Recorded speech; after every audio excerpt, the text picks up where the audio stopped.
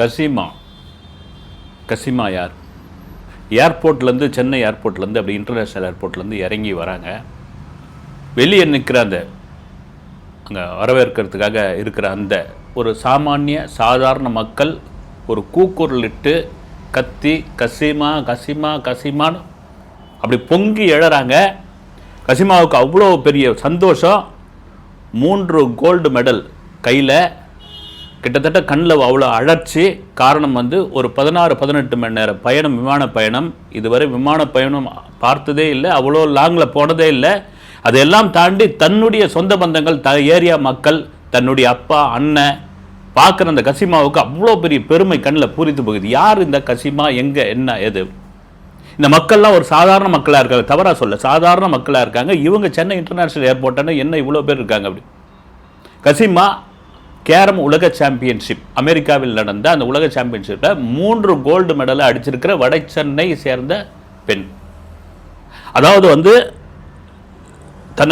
தன் பகுதியில் மேலே பறக்கிற அந்த ஃப்ளைட்டை அண்ணாந்து பார்க்குற ஒரு பெண் தினம் எல்லாருக்கும் ஒரு சாமானியர்களுக்குள்ள ஒரு இதுதான் நாங்களாம் ரொம்ப சின்ன வயசு எங்கள் ஊரில் பார்த்தீங்கன்னா குட்டியாக போவோம் ஏரோப்ளேன், அப்படியே போவோம். இது எங்கடா போகுது, இதில் போதுடா அதில் போதுடான்னு எல்லோரும் பேசியிருப்பாங்க. ரொம்ப சின்னதாக சவுண்ட் ரொம்ப மெல்லிஸாக வரும்.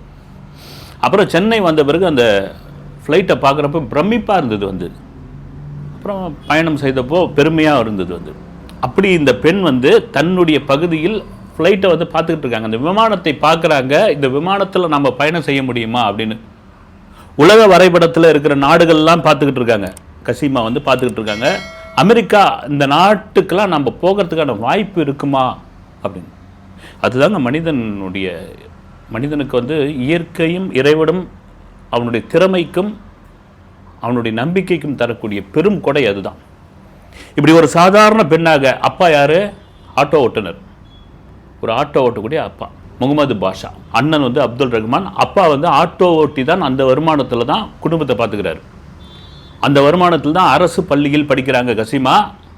இன்றைக்கி ஏர்போர்ட்டில் நின்று பெருமையாக 3 சாம்பியன்ஷிப்பு, 3 தங்கப்பதக்கத்தோடு அப்படி நிற்கிறப்போ அந்த பூரித்து பாருங்க.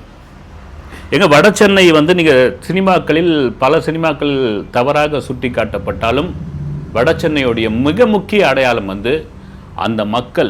அவர்கள்தான் பூர்வக்குடிகள், அந்த பாரம்பரியமானவர்கள். அவர்கள் தான் அந்த சென்னையோட வேறு. அவர்களுடன் வாழ்வில் கலந்த 2 விஷயம், 2 விளையாட்டு. ஒன்று கேரம் போர்டு, இன்னொன்று பாக்ஸிங். கேரம் போர்டை வைத்து, கேரம் போர்டோடைய பின்னணியை வைத்து வடசென்னின்னு ஒரு படத்தை ரொம்ப முழுக்க ஒரு பகுதியை வச்சு எடுத்திருந்தார் வெற்றிமாறன்.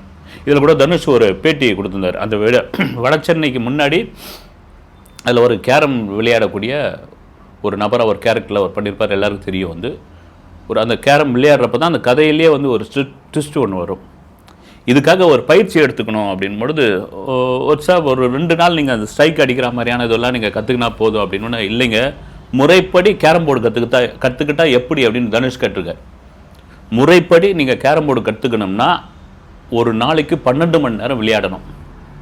ரைட், நான் விளையாடுறேங்க. இதுதாங்க ஒரு கலைஞனுடைய ஒரு அர்ப்பணிப்பு தான். ஒரு கலைஞன் தன்னை முழுமையாக ஒரு விஷயத்தில் சேர்த்துக்கிறதால அந்த கலைஞன் பாராட்டுதலுக்குரிய கலைஞனாக மாறும். நீங்கள் அந்த கலைஞனுடைய பர்சனல் விஷயங்கள்லாம் ஓரம் கட்டிடுங்க. ஒரு சினிமாவுக்கு ஒரு கேரம் போர்டு விளையாடுற ஒரு கேரக்டருக்கு சுமார் 2 நாள் ஸ்ட்ரைக் இது பண்ணுற மாதிரி நீங்கள் க்ளோஸ்அப் வச்சுங்க, லாங் ஷாட் வச்சுங்க, இல்லை டூப்பை போட்டு வச்சுங்க, அப்படிலாம் இல்லை. நான் தான் விளையாடுவேன். அதுக்கு என்ன முறையான பயிற்சி? 12 மணி நேரம் இறங்கி ஒரு பயிற்சி எடுக்கிறாப்புல. இன்னொரு வடசென்னையோட இன்னொரு முக்கியமான ஒரு பாரம்பரிய விளையாட்டு பாக்ஸிங், சார்பட்டா பரம்பரை. ஆரியாவும் இதே போல தான் நான் முழுமையாக ஒரு சார்பட்டா பரம்பரையாக பாக்ஸிங்காரனா வடச்சென்னைக்காரனா நான் மாறினேன் அப்படின்னு அந்த படங்களுக்கான அதான் வெற்றி. இப்போ அந்த வடசென்னை மக்களுடைய வாழ்வில் 2 கலந்த ஒரு விஷயம்தான் இந்த கேரம். இப்போ கசிமா என்ன சொல்கிறாங்க, நான் 6 வயசுலேருந்து எங்கள் ஏரியாவில் கேரம் போர்டு விளையாடுவாங்க, அதெல்லாம் நான் பார்ப்பேன். நீங்கள் தெருக்கள்லாம் வச்சு விளையாடிக்கிட்டு இருப்பாங்க அதெல்லாம் பார்ப்பேன். அதெல்லாம் எனக்கு பெரிய இன்ஸ்பயராக இருக்கும். நான் போர்டு வச்சுக்கிட்டு விளையாடுவேன். அதே சமயம் பார்த்திங்கன்னா பெரிய இதுவெல்லாம் ஒன்றும் ஒரு ஆதரவுலாம் கிடையாது எனக்கு. வீட்டில் ஸ்கூல் போவேன், மறுபடியும் வருவேன், ஏரியா வாசிங்க விளையாடிட்டு இருப்பாங்க. நான் அங்கே போனோம் இதில் ஜெயிச்சோம், இங்கே போனால் அதில் ஜெயிச்சோம் அப்படின்லாம் சொல்லிட்டு இருப்பாங்க. ஆனால் எங்கள் அண்ணன் அப்துல் ரஹ்மான் அவர் என்ன பண்ணுவார், எங்கள் அண்ணன் வந்து கேரத்தில் வந்து ரொம்ப ரொம்ப தீவிரமாக விளையாடக்கூடிய ஒரு நபர் வந்து ஜூனியர் சாம்பியன். இந்த ஜூனியர் சாம்பியன் பட்டம் வாங்கின பிறகு எங்கள் ஏரியா வாசிங்களாம் அவர் அப்படி கொண்டாடினாங்க. ஏன் நாம் வந்து அது மாதிரி வந்து ஒரு பட்டம் வாங்கக்கூடாது, ஏன் நாம் விருது வாங்கக்கூடாது அப்படின்னு கசீமாவுடைய எண்ணத்தில் உருவான ஒரு விஷயம். பெரும்பாலும் வந்து இப்போலாம் மாறி போயிடுச்சு. இஸ்லாமிய குடும்பத்தில் பெண்கள் வந்து ஒரு கட்டுப்பாடாக வளர்ப்பாங்க, வந்து திரைப்படம் பார்க்கக்கூடாது, அது இது கூட இது உண்டு. வந்து அதையெல்லாம் மீறி நான் இந்த அளவுக்கு வந்திருக்கிறேன்னா எங்கள் அப்பாவுடைய சப்போர்ட்டு தான், எங்கள் அப்பாவுடைய இது தான். முகமது பாஷா அவர் வந்து காலையில் ஆட்டோ எடுத்தார்னா நைட்டு வரைக்கும் ஆட்டோ ஓட்டிகிட்டு இருப்பார். இடையில என்கிட்ட சொல்லுவார் வந்து, நீ தயங்காமல் விளையாடு பிள்ளை, நீ பார்த்துக்கலாம், நீ விளையாடுன்னு. அவர் கொடுத்த ஊக்கம் தான் நான் கேரத்தில் ஒரு பெரிய அளவில் வந்து ஒரு பயிற்சி எடுக்கக்கூடிய அளவுக்கு மாறினான். அப்புறம் என்னுடைய ஏரியா வாசிகள் அவங்கெல்லாம் பார்த்துட்டு, நீ வா வந்து இந்த ஸ்ட்ரைக் பிடி, இந்த அடி, இப்படி சொன்னது தான் கொஞ்சமாக கேரம் போர்டு மேலே ஒரு பெரிய இன்ட்ரெஸ்ட் ஆச்சு. அது சம்மந்தமான சில புத்தகங்கள் கூகுளில் தேட ஆரம்பித்தேன். அது சம்மந்தமான விஷயங்கள்லாம் வந்து கற்றுக்கிட்டேன். நீங்கள் கேரம் வந்து விளையாடுறது இன்றைக்கி கூட பார்த்தீங்கன்னா அது ஏதோ ஒரு பொழுதுபோக்கு விளையாட்டை தாண்டி அது ஏதோ வந்து ஒரு கேம்லிங் மாதிரியான ஒரு இதுவாக இன்றைக்கும் பார்ப்பாங்க ஊரில். வந்து அப்படி கிடையாதுங்க. வந்து கேரத்தை இந்தியாவில் தான் கண்டுபிடிச்சாங்க. இந்தியாவில் தான் கண்டுபிடிக்கப்பட்டது. மன்னர்கள், அதுவும் வட மாநிலங்களில் மன்னர்கள் விளையாடுவதற்காக ஒரு கண்ணாடியில் வைத்து அதை கண்டுபிடிக்கப்பட்டது. அதன் பிறகு தெற்காசியா முழுக்க கேரம் இப்போ உலகம் முழுக்க ஆயிடுச்சு. இன்றைக்கி அமெரிக்காவில் ஒரு இந்தியாவுக்குள் தமிழகம், தமிழகத்திற்குள் சென்னை, சென்னைக்குள் வடசென்னைக்குள் புதுவண்ணாரப்பேட்டையில் ஒரு சாதாரண ஒரு ஆட்டோ ஓட்டுநருடைய ஒரு மகள் போய் அமெரிக்காவே வந்து விமானத்தை அப்படி பார்த்துருந்த ஒரு நபர் கிட்டத்தட்ட 18 மணி நேரம் பயணம் போயிட்டு அங்கே போய் 3 பிரிவுகளில், அதாங்க முக்கியமான ஒரு விஷயம், 3 பிரிவுகள்லாம் தங்கம் அடிச்சுட்டு வந்திருக்காங்க. இதுக்கு கசீமா சொல்கிற காரணம்னா எங்கள் அப்பா, எங்கள் குடும்பத்தார் எல்லாம் ஒரு பக்கம் இருந்தாலும் எனக்கு கோச்சிங் கொடுத்த ஒருத்தர் இருக்கார், சசிகுமார். அவர் தான் எங்கள் ஏரியாவில் வந்து மொத்தம் வந்து வட சென்னையில் கிட்டத்தட்ட 12 தேசிய அளவிலான சாம்பியன்கள் இருக்காங்க. நீ விளையாடுமா, நீ கரெக்டாக இது பண்ணு, எதையும் சோர்ந்து போகாத, யார் என்ன விமர்சனம் பண்ணாலும் அதை பற்றி கவலைப்படாத, நீ கற்றுக்கோ, உங்ககிட்ட பயங்கர திறமை இருக்குது, நீ பண்ணு அப்படின்னு ஒவ்வொரு லெவலாக தாண்டி வரும்போது இன்டர்நேஷ்னல் லெவலில் நான் விளையாட போக போகிறேன் அப்படின்போது அதுக்கு ஒரு பயிற்சியாளர் வேணும், முக்கியமாக அதுக்கு ஒன்று வேணும். ஏன்னா இன்டர்நேஷ்னல் லெவலில் விளையாடும் போது சாதாரண விஷயம் கிடையாது. அப்போ யார் வெளியே பயிற்சி எங்கே இருப்பாங்கன்னா, எனக்கு தெரிந்த என்னுடைய தோழிகள்லாம் வந்து சில பேர் கேரம் தெரிஞ்சவங்களாம் சொன்னாங்க, வந்து இந்தியாவில் அங்கே இருக்காங்க, இங்கே இருக்காங்க, இல்லைனா வந்து இன்டர்நேஷ்னல் லெவலில் சில கேரம் கோச்சுக்கிட்டலாம் நீங்கள் கற்றுக்கணும், அப்போ தான் வந்து உள்ளே விடுவாங்க. உங்கள் கேரம் கோச்சு யாருன்னு தெரிஞ்சால் தான் அந்த இன்டர்நேஷ்னல் காம்படிஷனுக்குள்ளே போக முடியும். இது மாதிரியான விஷயங்கள்லாம் சொல்லிட்டு இருந்தாங்க. நம்ம ஊர்லேயே இருக்காங்க, வட சென்னையிலே இருக்கார், பெரிய ஆள் ஒருத்தர் இருக்கார், நீ அதெல்லாம் ஒன்று கவலையே பட வேணாம். அதுவும் கேரம் போர்டில் அர்ஜுனா விருது வாங்கினா ஒருத்தர் இருக்கார், மரியம் இருதயம். அவர் தான் கசீமாவுக்கு ஒரு வேர்ல்டு சாம்பியன், ஒரு சாம்பியன் ஆவதற்கான தகுதி என்ன, ரூல்ஸ் அண்ட் ரெகுலேஷன் என்ன, எப்படி நடந்துக்கணும், ஏது உங்களுக்கு மாறுபட்ட. நீங்கள் வந்து ஸ்ட்ரீட்டில் விளையாடுறதுக்கு வேறு, டிஸ்ட்ரிக்ட் லெவல் வேறு, ஸ்டேட் லெவல் வேறு, நேஷனல் லெவல் வேறு, இது இன்டர்நேஷ்னல் லெவல் வேற ஒரு நாடு, முற்றிலும் மாறுபட்ட நாடு, பலதரப்பட்ட நாடுகள்லேருந்து வருவாங்க. அங்கே வந்து ரூல்ஸ் அண்ட் ரெகுலேஷன் வேறு மாதிரி இருக்கும், உங்களுடைய ஆக்டிவிட்டீஸ் வேறு மாதிரி இருக்கும், உங்கள் பிஹேவியர்ஸ் வேறு மாதிரி இருக்கணும், உங்கள் கொஞ்சம் மாற்றிக்கணும் இல்லைங்களா. இதெல்லாம் வந்து நோட்டபிள் தான். வெறும் விளையாட்டு மட்டும் கிடையாது, எல்லாத்துக்குமா சேர்த்து ஒரு பயிற்சியை கொடுக்குறாரு. கசீமா கல்லூரியில் 1ஆம் ஆண்டு படிக்கிறாங்க, சென்னையில் உள்ள ஒரு பிரபல கல்லூரியில் படிக்கிறாங்க. படிச்சுக்கிட்டு இந்த கேரமும் பண்ணிக்கிட்டு இருக்காங்க. படிப்பு ஒரு பக்கம், இதையே விடக்கூடாது, கோச்சும் சும்மா இல்லை, உங்களுக்கு எல்லா தகுதியும் இருக்குது கசீமா நீ அப்படின்னு. அப்பா ஒரு பக்கம் ஆட்டோ ஓட்டுறாரு, ஓட்டி மகளுக்கு வந்து ஒரு இன்ஸ்பயராக இருக்கார். நீ பண்ணுமா, நான் பார்த்துக்கிறேன், நீ அதை பற்றி கவலையப்படாதுன்னு. அப்பாவோட அந்த கஷ்டத்தை பார்க்குறாங்க. ஒரு லட்சியம் இருக்கணும். யாராக இருந்தாலும் ஒரு மனிதனுக்கு ஒரு லட்சியம், ஒரு கோல் இருக்கணும். ஏதோ பிறந்தோம் வாழ்ந்தோம் போனோன்னு இல்லாமல், அதுதான் கசீமாவுக்கு ஏற்பட்டிருக்கு.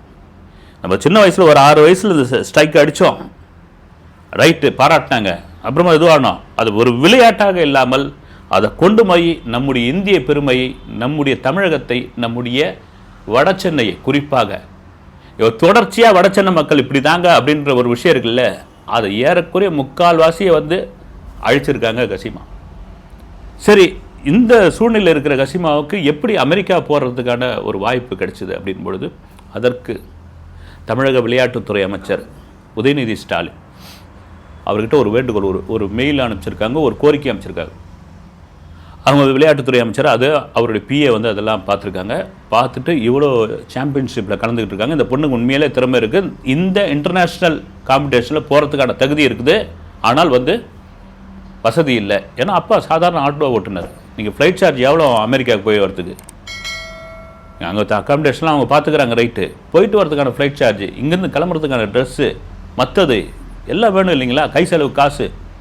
அப்போது அரசு தரப்பிலிருந்து விளையாட்டுத்துறை அமைச்சர் ஒரு 1.5 லட்சம் ரூபாய் அவங்களுக்கு நிதி ஒதுக்குறாரு. வந்து போகிறாங்க, அந்த நிதி ஒதுக்குனது இப்போ அவருக்கே விளையாட்டுத்துறை அமைச்சருக்கு உதயநிதிக்கே வந்து ஒரு பெருமையான ஒரு விஷயத்தை கொண்டு வந்து சேர்த்துட்டாங்க.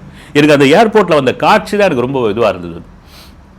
பெரும்பாலும் வந்து நான் தவறாக சொல்லலை, வந்து இந்த மேட்டுக்குடிகள் அப்படிலாம் எதுவும் சொல்லலை. அந்த வாசலில் நின்று வரவேற்கிறவங்களை பார்த்தீங்கன்னா பெரும்பாலும் வந்து இப்போ கிரிக்கெட் பிளேயர் வராங்கன்னா அவங்கள வரவேற்கிறவங்க பார்த்தீங்கன்னா ஒரு இதோட இல்லை, ரசிகர்களாக வர வைப்பாங்க, ஒரு ஒரு மேல்தட்டு வகுப்பினராக இருப்பாங்க, வந்து இது பண்ணுவாங்க, அவங்க நுனி நாக்கில் இங்கிலீஷ் பேசுவாங்க. கசிமா வர்ற அந்த காட்சி, இவங்க நின்று வரவேற்கிறது, ஏரியாவாசிகள், அந்த மக்கள், அந்த கோச்சு, அவங்க அப்பா, அத்தனை பேருடைய கண்ணில் ஆனந்தம்.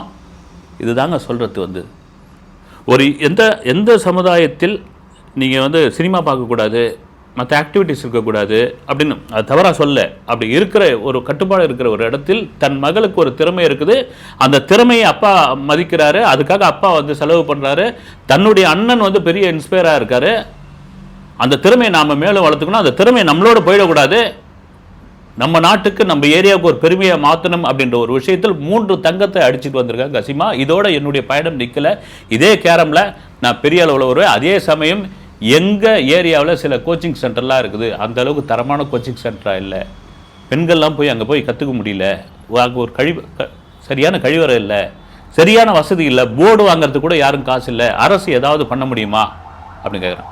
ஒருவேளை இன்னும் சில சாம்பியன்ஷிப்பில் நான் கலந்துக்கிட்டு அந்த பரிசு வாங்கினா, அந்த பரிசை நான் வந்து என்ன மாதிரி இந்த கேரமில் அது ஆணோ பெண்ணோ யாராவது இருக்காங்கன்னா அவங்களுக்கு நான் பெரும் உதவியாக இருப்பேன். எதிர்காலத்தில் நான் ஒரு பெரிய கோச்சாக மாறி அவங்களுக்கு இலவசமாக பயிற்சி கொடுப்பேன், நான் அவங்கள வேர்ல்டு லெவலில் கொண்டு போய் சேர்ப்பேன் அப்படின்னு சொல்கிற அந்த நல்ல உள்ளம் இருக்கு இல்லையா, இதுதாங்க. நீங்கள் யாராக இருந்தாலும் ஒரு முன்னுதாரணமாக நாம் இவ்வளோதான் இந்த ஏரியாவில் தான் இருக்கோம், நம்ம வாழ்க்கை இதோட தான் முடிஞ்சு போச்சுன்னு நினைக்க வேணாம். கசிமா மிகச்சிறந்த உதாரணம். கசிமா அடுத்தடுத்த வெற்றிகளை பெற்று மேலும் பெரிய அளவில் வர வேண்டும். ஒரு ஆட்டோ ஓட்டுநரின் மகள் அமெரிக்காவில் போய் 3 தங்கம் வாங்கினார் என்பதே இந்த தமிழ்நாட்டிற்கான மிகப்பெரிய பெருமை என்பதில் மாற்று கருத்தே இல்லை. அடுத்த வீடியோவில் சந்திக்கிறேன். நன்றி.